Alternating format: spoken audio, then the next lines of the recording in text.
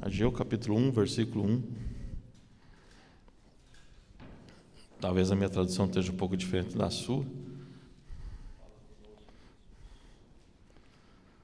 Todo mundo achou? Amém? Amém. O profeta Ageu é um livro bem pequenininho, tem só 2 capítulos. Mas fala assim a palavra de Deus: no 2º ano do rei Dário, no 6º mês, no 1º dia do mês, veio a palavra do Senhor por intermédio do profeta Ageu a Zorobabel, filho de Salatiel, governador de Judá, e a Josué, filho de Josadaque, o sumo sacerdote, dizendo: assim fala o Senhor dos exércitos.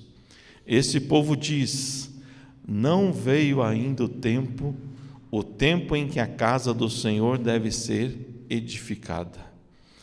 Veio, pois, a palavra do Senhor por intermédio do profeta Ageu, dizendo: acaso é tempo de habitardes vós em casas apaineladas, enquanto esta casa permanece em ruínas? Amém? Pode sentar, querido. Acho que já foi orado.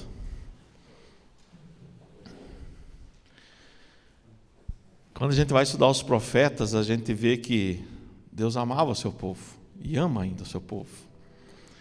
E quando Ele amava, mesmo Israel dividida com os 10 reinos e Judá com as 2 tribos e mais a tribo dos levitas, Ele sempre usava os profetas para falar com o seu povo.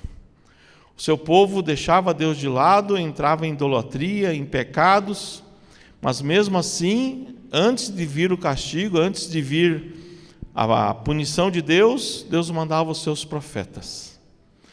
Quando o reino foi dividido lá no reino do norte, Deus mandou Oséias. E acho que todos conhecem a história de Oséias, que casou com uma prostituta, teve 3 filhos e talvez o 3º filho não era seu. E aí Deus começou a falar assim: assim é meu povo, é um povo adúltero espiritualmente, um povo cheio de idolatria. Então Deus mandava o profeta para que aquele povo se arrependesse. E depois de Oséias, no reino do norte, veio o profeta Amós. Eu até já preguei sobre Amós aqui, e Amós fala assim: se prepara para encontrares com o Senhor teu Deus. E esse encontro do reino do norte com a Deus não foi aquele encontro amigável, foi um encontro de castigo. E para o reino do sul, onde estava Judá, a tribo de Benjamim e os levitas, Deus mandou Miqueias. Depois, logo mais, Ele mandou o profeta Sofonias, e depois também mandou o profeta Abacuque. E Abacuque é o mais interessante dos profetas, porque ele se dirigiu a Deus, e não Deus começou a dar palavras. Abacuque foi atrás. E Abacuque começou a orar para que Deus restaurasse Israel. E o Senhor Deus deu uma resposta para Abacuque, que Abacuque não gostou, e ele entrou no seu quarto de oração, e ele falou para Abacuque: olha, Abacuque, eu vou mandar um castigo, vou mandar os babilônicos vir aqui. E através do profeta Jeremias, a gente sabe que eles iam ficar 70 anos no cativeiro. E além de Miqueias, Abacuque, ele mandou também Sofonias, avisando. E a mensagem era sempre essa: arrepende-te, conserta a tua casa, pare com a idolatria. E Deus amava tanto, não só Judá, mas também outras nações.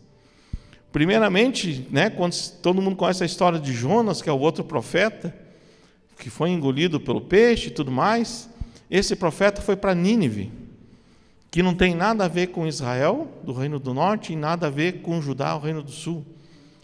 E Jonas foi lá, pregou, e aquele povo se arrependeu.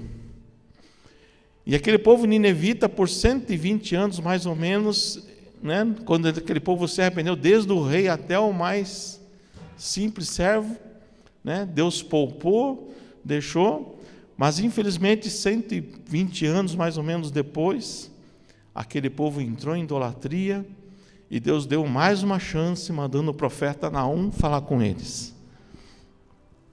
E Naum foi, pregou, mas não resolveu. E também tem o povo de Edom. O povo de Edom são os descendentes de Esaú, e esse povo também estava em idolatria, se aproveitou da situação dos babilônicos invadir Israel, e Deus mandou o profeta Obadias, tudo para que o povo se arrependesse. E o povo de Judá, o reino do sul, acabou indo em cativeiro para a Babilônia, e lá esse povo ficou por 70 anos. E depois desses 70 anos, esse povo voltou para a sua terra, voltou para Jerusalém. E lá no cativeiro, depois deles terem sofrido, eles começaram a receber as bênçãos de Deus. E Deus mandou o profeta Ageu, Joel e Zacarias, quase que ao mesmo tempo. Todos eles se conheciam e profetizavam as bênçãos de Deus e falando: olhe, vocês estão errando aqui, vamos acertar aqui, vamos fazer isso. E a gente acaba caindo nesse texto que nós lemos de Ageu. Assim fala o Senhor dos Exércitos: este povo diz, não veio ainda o tempo em que a casa do Senhor deve ser edificada. A Bíblia fala lá em Eclesiastes sobre o tempo, que há tempo de tudo, e tudo há um tempo determinado por Deus. Ou seja, Deus determina todo o tempo, tudo está na mão de Deus. E se você for ler Eclesiastes, está escrito assim: há tempo para todo o propósito debaixo do céu, há tempo para nascer e tempo para morrer, tempo para plantar e tempo de arrancar o que se plantou, tempo de matar e tempo de curar, tempo de derrubar e tempo de edificar, tempo de chorar e tempo de rir, tempo de prantear e tempo de dançar. Então existe tempo para todas as coisas. Eu lembro quando era alegria quando os meus filhos nasceram, tanto Samuel como a Sara. Foi um tempo de alegria para mim e para a Dora. E eu queria tanto ver o parto do Samuel, mas a médica, falava assim: não quero ver nenhum homem caindo aqui no meu consultório, no meu centro operatório. Mas com a Sara ela me deu essa oportunidade. E foi um tempo de alegria nosso, mais um filho, a família crescendo, e eu alegre, e todo Natal nós íamos para a casa do meu pai. E ele não abria mão de nós estarmos lá todo o Natal. Então, todo o Natal nós estávamos na casa do meu pai. E lá nós nos divertíamos, nos alegrávamos. Ele morava na praia, nos divertíamos. Mas alguns anos depois, o Senhor o quis recolher. E foi um tempo de tristeza para nós. Foi um tempo que aquela alegria que nós tínhamos no Natal, na casa dele, toda aquela troca de presentes, aquelas brincadeiras, não aconteceu mais como era daquele jeito. E foi um tempo para nós de tristeza. Eu acho que se eu perguntar para cada um de vocês, vocês todos vão falar: eu já tive o meu momento de alegria e o meu momento de tristeza. Um momento quando nasceu os meus filhos ou quando alguém ente querido faleceu. E aqui no livro de Ageu a gente vê que por um tempo o templo do Senhor parou de ser edificado. Em Esdras 4:24 falou assim: então cessou a obra da casa de Deus que estava em Jerusalém. Cessou a construção do templo. Pararam as edificações, pararam todo o processo. Nós estamos no processo de reforma, que vocês podem ver que a gente está quase acabando. Então nós estamos nesse processo lá, até a igreja está mais para cá hoje, Por quê? Porque ali não terminou, mas estamos no processo de edificação. E para edificar e parar a edificação do templo, e o que eles fizeram, os judeus? Começaram a edificar as suas casas. Eles largaram por enquanto, Mas por quê? Porque houve um atrapalho na edificação do templo. Os inimigos se levantaram, se você for ler o livro de Esdras, e começaram a questionar quem deu ordem para vocês construírem o templo do Senhor. Ou seja, ia ser um lugar de sacrifício, ia ser um lugar de adoração, ia ser um lugar de comunhão com o Deus que o povo ia ter. Mas veio os inimigos e pararam a construção do templo. Ou seja, desviaram a intenção do povo. O povo começou a fazer o quê? Construir as suas casas luxuosas. E hoje, quem são os nossos tomadores de tempo? O que mais você ouve hoje em dia é a palavra: eu não tenho tempo. O dia está correndo que nem louco, né? Eu não consigo parar. Então, os nossos inimigos hoje são o quê? Às vezes, o nosso trabalho em excesso. Nós trabalhamos muito e dedicamos pouco tempo para o templo do Senhor. E quando estou falando templo do Senhor, estou me referindo quando Paulo diz: não sabeis vós que vós sois o templo do Espírito Santo? Nós somos o templo do Espírito Santo. E nós temos dedicado quanto tempo na construção do templo do Espírito Santo em nós, né? Aqui no texto fala assim, esse povo diz: não veio ainda o tempo em que a casa do Senhor deve ser edificada. O povo falava isso. E hoje em dia o que nos atrapalha? Trabalho excessivo, jogos de internet, filmes e séries. Quantos de nós paramos para ver temporadas de Netflix? Eu vou confessar o meu pecado aqui. Teve um final de ano que nós tínhamos uma loja de ferramentas e naquele ano ninguém nos pagou, por incrível que pareça, todo mundo deixou para pagar no outro ano e nós ficamos sem dinheiro. E o que você faz do dia 25 ao dia 6? Você fica em casa. E eu assisti 8 temporadas de Grey's Anatomy. Sabe o que é 8 temporadas em todo esse curto espaço de tempo? E hoje eu olho para trás e vejo assim, quanto tempo eu perdi com isso. Não estou dizendo que você não pode assistir um Netflix, não pode assistir um filme, mas quanto tempo eu perdi de estudar a palavra de Deus, de me edificar, de procurar saber por que aconteceu aquilo, de ninguém nos pagar, e coincidentemente eram vários clientes, só um pagou. Né? Por que será que Deus naquele ano quis me deixar em casa? Não quis que eu viajasse. E eu, muito do confortável, em vez de buscar Deus, perdi o meu tempo assistindo 8 temporadas de Grey's Anatomy. Quanto tempo nós perdemos? E é isso que Satanás tem feito em nossas vidas, a perca de tempo para que nós não construímos o nosso tempo de comunhão. Às vezes filmes, séries, jogos, ou às vezes nós nos preocupamos com os nossos bens materiais. Como eu vejo gente que prefere dar muito mais valor ao seu bem material do que a pessoas. E perde o seu tempo com os seus bens materiais. E se estudasse a Bíblia, ele ia saber que tudo vai virar fumaça.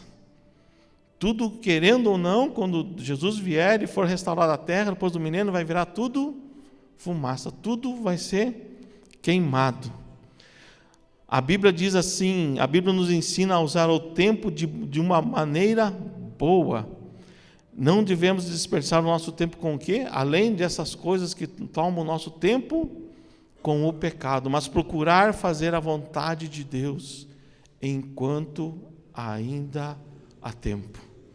Efésios 5, 15 e 16 fala assim: portanto, vede prudentemente como andais, não como nécios, mas como sábios, remindo o tempo, porquanto os dias são maus. Nécios quer dizer insensato, tolo. Então, meu irmão, minha irmã, não desperdice o seu tempo com coisas vãs. Não desperdice o seu tempo com coisas vãs. Se aplique a edificar o seu templo. Nós somos templo do Espírito Santo. Se você for pegar os alunos que saíram de qualquer faculdade, engenharia, medicina, direito, todos eles receberam o mesmo estudo durante os 4 ou 5 ou 6 anos, conforme a faculdade. Mas alguns deles se destacam. Não tem o melhor engenheiro, que dificilmente você consegue, o melhor médico, que você não consegue uma consulta só dali a 6 meses, ou até mesmo um pedreiro. Para você achar um bom pedreiro, ele só tem agenda para ali há 2 ou 3 anos. Né? Eles tiveram algum ensino diferente? Não. O que eles fizeram? Eles se dedicaram a estudar aquilo que foi colocado no coração deles. Eles procuraram ser o melhor. Aí eu pergunto para Deus: Deus, será que eu tenho me colocado para ser o melhor para o Senhor? Será que eu tenho me colocado para ser o seu melhor filho? Será que eu tenho me procurado em conhecer a tua palavra? E quando alguém vem me questionar alguma coisa, eu saber me defender e falar que eu sou cristão? Né? Então nós somos os melhores quando nós dedicamos tempo. E nós, querendo ou não, independente da nossa profissão, do nosso serviço, da nossa empresa, da nossa casa, da nossa família, nós temos que ter um tempo dedicado a Deus. Né? E a frase que nós mais ouvimos: não tenho tempo. Quantas vezes eu já usei essa frase? Não tenho tempo. Então era mais fácil eu falar assim: não é que eu não tenho tempo, eu não tenho é um propósito. Eu não tenho é um propósito, tempo eu tenho. E o que nós temos feito com o nosso tempo? Com o tempo que Deus tem lhe dado, o que nós temos feito com esse tempo? Será que nós paramos e começamos a edificar casas luxuosas, como diz aqui o texto? Né? Onde o povo diz, o povo fala assim: não veio ainda o tempo de edificar a casa do Senhor. Né? E depois Deus fala novamente: veio, pois, a palavra do Senhor por intermédio do profeta Ageu. Acaso é tempo de habitardes vós em casas apaineladas, enquanto esta casa permanece em ruínas? Eu lembro que uma vez, na frente da minha casa, tinha uma danceteria, era Sunshine, alguns anos atrás. E eu lembro que um dia eu estava na janela e justamente eu vi minha cunhada chegar, e quando ela chegou eu escutei vários tiros, mas parecia um tiroteio, foram vários tiros. Eu fiquei preocupado com ela, achando que era bandido, né? E esperei ela entrar, ela entrou, largou o carro de qualquer jeito e entrou para dentro de casa. E no outro dia eu fui saber que era uma menina que tinha sido morta, porque ela foi testemunha de um assassinato, enfim, né? Ela acabou sendo morta na porta daquela danceteria. E passou mais algum tempo atrás, nós chegando da igreja, estava um casal fazendo evangelismo na nossa frente, justamente porque tinha o Big Baile e a danceteria, e tinha um casal evangelizando. E eu lembro que era uma noite fria. Aí eu e minha esposa chegamos da igreja, fomos lá, fizemos um café para ele, quentinho, com leite, para os dois, né, que era um casal e mais um, se eu não me engano, e oferecemos café para eles. E eu contei, alguns tempo atrás, uma menina aqui foi assassinada, e aquele rapaz falou assim: eu conhecia aquela menina. No dia que ela morreu, ela foi na igreja no culto de jovens, e ela foi lá para matar o tempo dela, para esperar dar o tempo de abrir a danceteria. E o pessoal da igreja falava para ela assim: volte para Jesus. E ela falava assim: eu sou muito nova, deixa eu aproveitar a minha vida, quando eu ficar velha eu venho para Jesus. E mal sabia ela que naquele dia ela ia ser morta. Ou seja, uma vida que se perdeu porque achava que tinha tempo. Nós não sabemos quanto tempo nós temos. E desse tempo que nós temos, o que nós estamos fazendo para Deus? O nosso tempo nessa terra é curto. A salvação é para agora que ainda há tempo. E essa é uma decisão que não pode ser adiada em nossas vidas. Essa é uma decisão que nós não podemos deixar para mais tarde. Eu não posso decidir andar nos caminhos de Deus quando eu ficar mais velho. Essa decisão é para agora, é para hoje. Nós não temos tempo a perder. Se nós temos algum conhecido que não conhece a Cristo, nós não podemos perder tempo de não falar do amor de Deus. Nós não mais podemos perder tempo. Em Lucas 12, 17, tem uma parábola que o cara fala assim: poxa, eu vou para tal cidade, vou fazer não sei o quê, e vou ganhar muito dinheiro, e ele faz planos, e no versículo diz assim: louco, esta noite pedirão a sua alma. Você pode fazer planos para a sua empresa, você pode fazer planos para os seus filhos, para os seus netos, mas você tem que ter a certeza de que você está no caminho certo, você está com Cristo.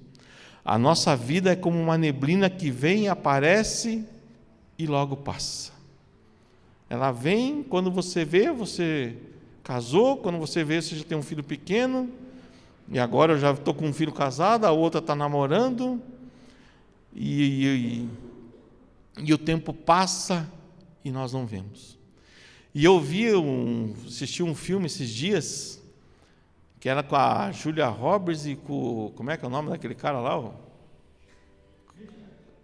Richard, sei lá o nome, enfim, Richard que seja.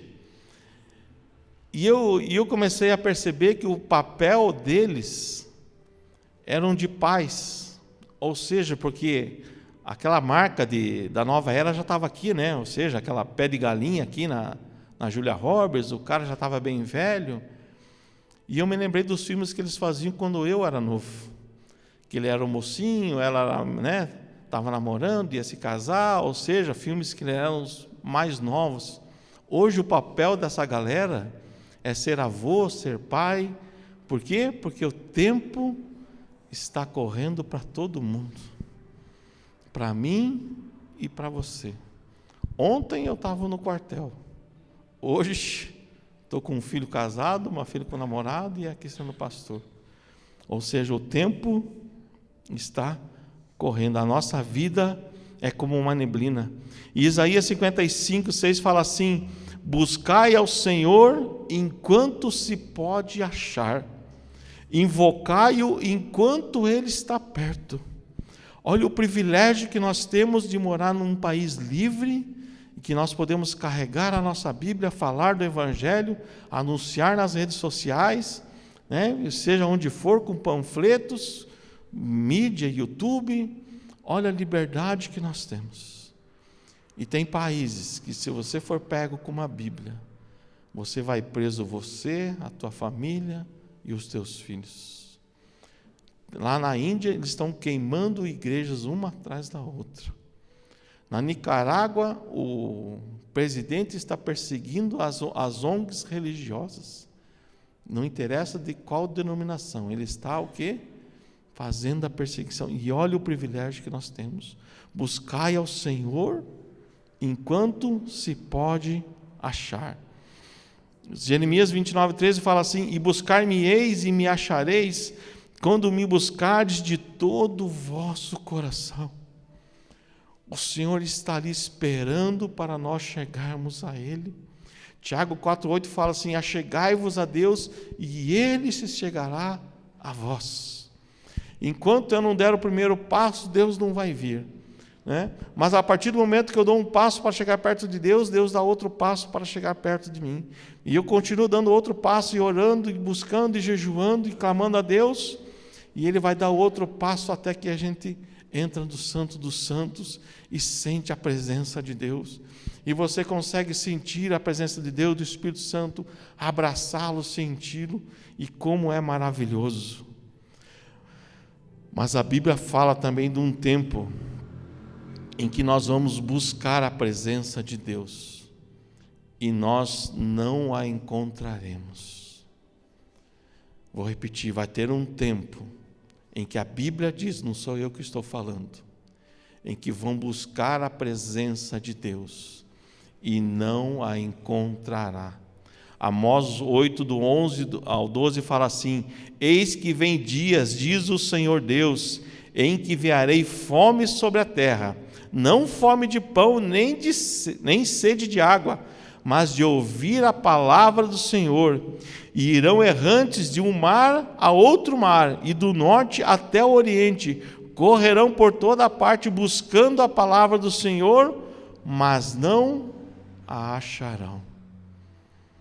Que dia terrível vai ser esse, enquanto que aqueles que perderam a chance vão buscar a Deus e não vão achar. Então há um tempo determinado para buscar a Deus. Existe um tempo determinado para buscar a Deus. Se você abrir lá em Jeremias 7,16, diz assim, Deus falando para Jeremias: Jeremias, não me importune por causa deste povo, porque eu não ouvirei a sua oração. Ou seja, Jeremias estava intercedendo pelo povo e Deus falando: não interceda, Jeremias. E Jeremias 11,14 fala a mesma coisa: tu, pois, não ores por este povo, nem levantes esse clamor, nem oração, porque não os ouvirei quando eles clamarem por mim, por causa do seu mal. Então, há tempo em que as pessoas vão buscar a presença de Deus e não vão encontrar. E no mesmo livro de Jeremias 15:1 vai repetir a mesma coisa. Disse, porém, o Senhor: ainda que Moisés e Samuel se pusessem diante de mim, meu coração não se inclinaria para este povo. Lança-os diante de mim e saiam. Imagina você buscando a Deus e Deus falando não. Deus falando: eu não vou ouvir a tua oração. Que angústia vai ser para essas pessoas. Então, como eu li antes, buscar-me-eis e me achareis, quando me buscardes de todo o coração. Ainda Deus está ouvindo a nossa oração. Ainda há tempo de nós reformarmos o templo do Espírito Santo. Ainda há tempo de buscarmos o Espírito Santo. E você pode falar para mim: poxa, mas isso aí é só para Jeremias, só para o povo de Israel. Abra lá em Provérbios, capítulo 1, versículo 24. Eu quero ler com vocês. Provérbios, capítulo 1, versículo 24. Diz assim: entretanto, porque eu clamei e recusastes. Ou seja, aquilo que eu falei no começo, que Deus, antes dele dar o castigo, ele manda os seus profetas para que o povo se arrependa. E aqui Deus está falando assim: entretanto, porque eu clamei e recusastes. Eu estendi a minha mão e não houve quem desse atenção. Antes rejeitaste todo o meu conselho e não quiseste a minha repreensão. Também da minha parte eu me rirei da vossa perdição e zombarei. Veja o que Deus vai fazer com aqueles que não deram ouvidos à sua palavra, aqueles que não buscaram a Deus enquanto era tempo. Vou repetir aqui: eu me rirei da vossa perdição e zombarei em vindo o vosso temor como assolação, e a vida a vossa perdição como uma tormenta. Sobrevirá a vós aperto e angústia. Então clamarão a mim, mas eu não responderei. De madrugada me buscarão, porém não me acharão. Porquanto odiaram o conhecimento e não preferiram o temor do Senhor, não aceitaram o meu conselho e desprezaram toda a minha repreensão. Portanto, comerão do fruto do seu caminho e fartar-se-ão dos seus próprios conselhos. Fartar-se-ão dos seus próprios conselhos. Nós ainda temos tempo de buscar ao Senhor, tempo de adorá-lo, tempo de edificar a nossa casa, já que Paulo fala que nós somos templo do Espírito Santo, vamos edificar a nossa casa para o Senhor, vamos nos entregar para o Senhor em primeiro lugar, vamos buscar ao Senhor enquanto Ele pode ser achado, né? Em Isaías 38, né, fala assim: ponha a sua casa em ordem, ponha a sua casa em ordem. O que tem edificado a tua vida? Ou o que tem te afastado do Senhor? Será que às vezes você vem na igreja procurando uma bênção? Senhor, eu quero isso, eu quero aquilo, eu preciso de uma coisa, um milagre na minha vida. Não está errado. Mas quando a gente vai para a vida de Jó, Jó sofreu tudo aquilo sem ter pecado. Mas as coisas só mudaram na vida de Jó quando ele intercedeu por seus amigos. Foi só depois que Jó orou pelos seus 3 amigos, foi que Deus mudou a sorte de Jó. Será que a gente não vem na igreja, em vez de a gente vir para adorar a Deus, será que a gente não vem só para pedir a Deus? Será que a gente não vem aqui para adorar, exaltar o nome de Deus, mas a gente vem assim: poxa, eu vim aqui buscar a minha bênção, como tem até um hino que cantava-se antigamente, eu vim buscar uma bênção. As nossas petições nós temos que fazer na nossa casa, quando nós trancamos a porta do nosso quarto e nós oramos a Deus e buscamos. Aqui é lugar de adorar a Deus, adorar ao Senhor. Então é tempo de edificar a casa do Senhor. Josué 24 fala assim: vocês, eu não sei o que vocês vão fazer, mas eu e a minha casa serviremos ao Senhor. Em primeiro lugar é o Senhor na minha vida. Em primeiro lugar é o Senhor que tem que ser exaltado.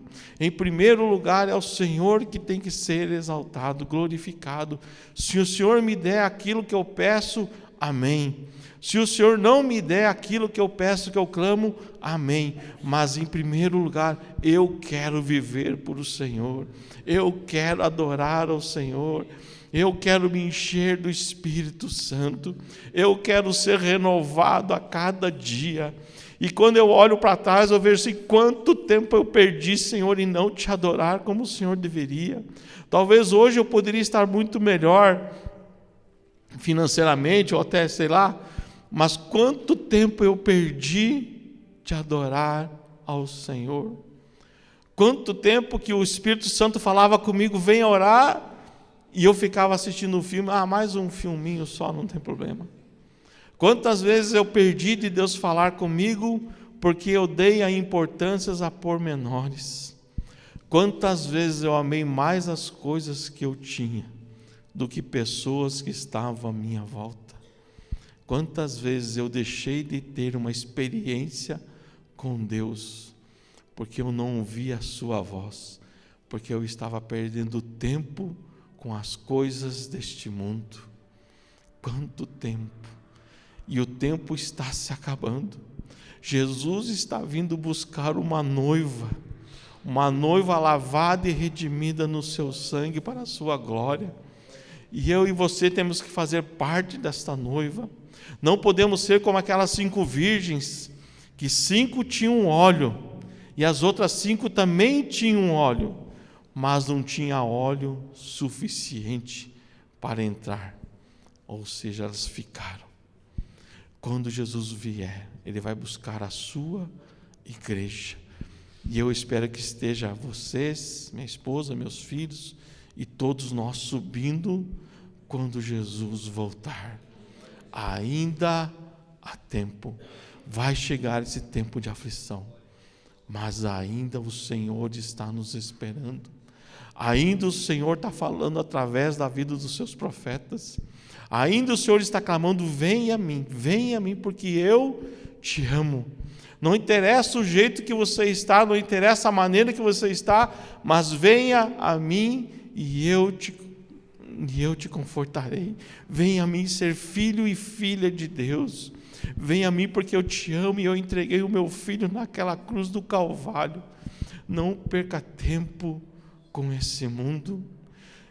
Quanto mais perto de Deus nós chegamos, menos o mundo nos atrai. Quanto mais eu me aproximo do Senhor Jesus, menos o mundo me atrai. Menos as coisas que o mundo tem para oferecer e para dar me atrai, porque eu quero o Senhor Jesus.